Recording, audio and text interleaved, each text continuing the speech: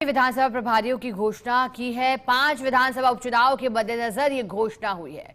झुंझुनू सुमित गोदारा, अविनाश गहलोत, श्रवण सिंह बगड़ी और गोवर्धन वर्मा खिवसर से, कन्हैयालाल चौधरी और सुरेश रावत, बाबू सिंह राठौड़, नारायण पंचारी और अशोक सैनी, जबकि दौसा से प्रेमचंद बैरवा, डॉक्टर कुरुलाल बीड़ा, अरुण चतुर्वेदी, प्रभुलाल सैनी, देवली उनियारा से राजेंद्र राठौड़, हीरालाल नागर, जितेंद्र गोठवाल, ओपी बड़ाना, 84 से बाबूलाल खराड़ी, कृपलानी, नाहर सिंह जोधा, मिथिलेश गौतम, महेश शर्मा। हमारे साथ पॉलिटिकल एडिटर योगेश शर्मा लगातार बने हुए। योगेश जी, इससे पहले विस्तारकों की बैठक हुई थी और अब प्रभारियों की घोषणा की गई है। अब बताइएगा किस तरह से प्रभारियों को लगाया गया है, क्या समीकरणों को भी ध्यान रखा गया है, क्षेत्रीय और जातीय, या फिर कोई अलग फॉर्मूला रहा योगेश जी? आपने सूची देखी होगी किस तरह से शिखा या मंत्रियों और पार्टी के जो पदाधिकारी उनकी एक संयुक्त टीम बनाकर अलग अलग विधानसभा क्षेत्रों में, उन 5 विधानसभा क्षेत्रों में अपॉइंट किया गया है। और ये नेता वहां पर कैसे विधानसभा चुनाव जीता जाए, किस तरह का उम्मीदवार वहां पर उतारा जाए, इन तमाम मसलों को देखने का काम करेंगे। और भारतीय जनता पार्टी के लिए बहुत ही डिफिकल्ट टास्क है ये 5 विधानसभा का उपचुनाव। लोकसभा के चुनाव परिणाम मुफीद नहीं रहे थे। उससे पहले अब तक 2 बाई इलेक्शन राजस्थान में हो चुके हैं, वो परिणाम भी बीजेपी के पक्ष में नहीं गए। तो ऐसे में 5 विधानसभा के उपचुनाव अपने आप में बहुत महत्वपूर्ण। आपने देखा होगा उप मुख्यमंत्री प्रेमचंद बैरवा को दौसा लगाया गया है, तो डॉक्टर कुरुलाल मीणा है उनके साथ में, और इसके साथ ही सुमित गोदारा और अविनाश गहलोत को झुंझुनू जैसी सब सीट पर लगाया गया है। साथ ही यहाँ पर दौसा की बात इसलिए कह सकता हूँ कि मैं भी हाल ही में जब लोकसभा का चुनाव हुआ था तो 2 लाख से अधिक मतों से दौसा की सीट बीजेपी लूज कर गई थी। तो ऐसे में 5 जगह 84 का चुनाव बहुत महत्वपूर्ण है, वहाँ सबसे ज्यादा नेताओं को वहाँ पर लगाया गया है। और भारतीय आदिवासी पार्टी का बढ़ता प्रभाव वहाँ बीजेपी के लिए एक गंभीर चुनौती बन गया।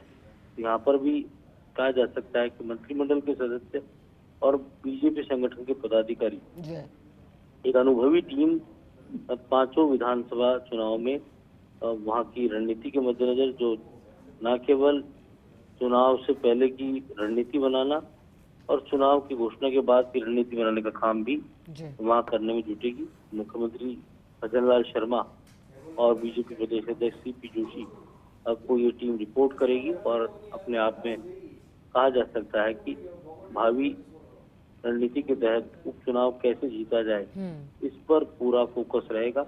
लेकिन सबसे पहला फोकस होगा कि किस तरह वहां पर टिकट चयन की जिम्मेदारी को ये टीम पूरा करे, क्योंकि ये एक बहुत महत्वपूर्ण टास्क होता है।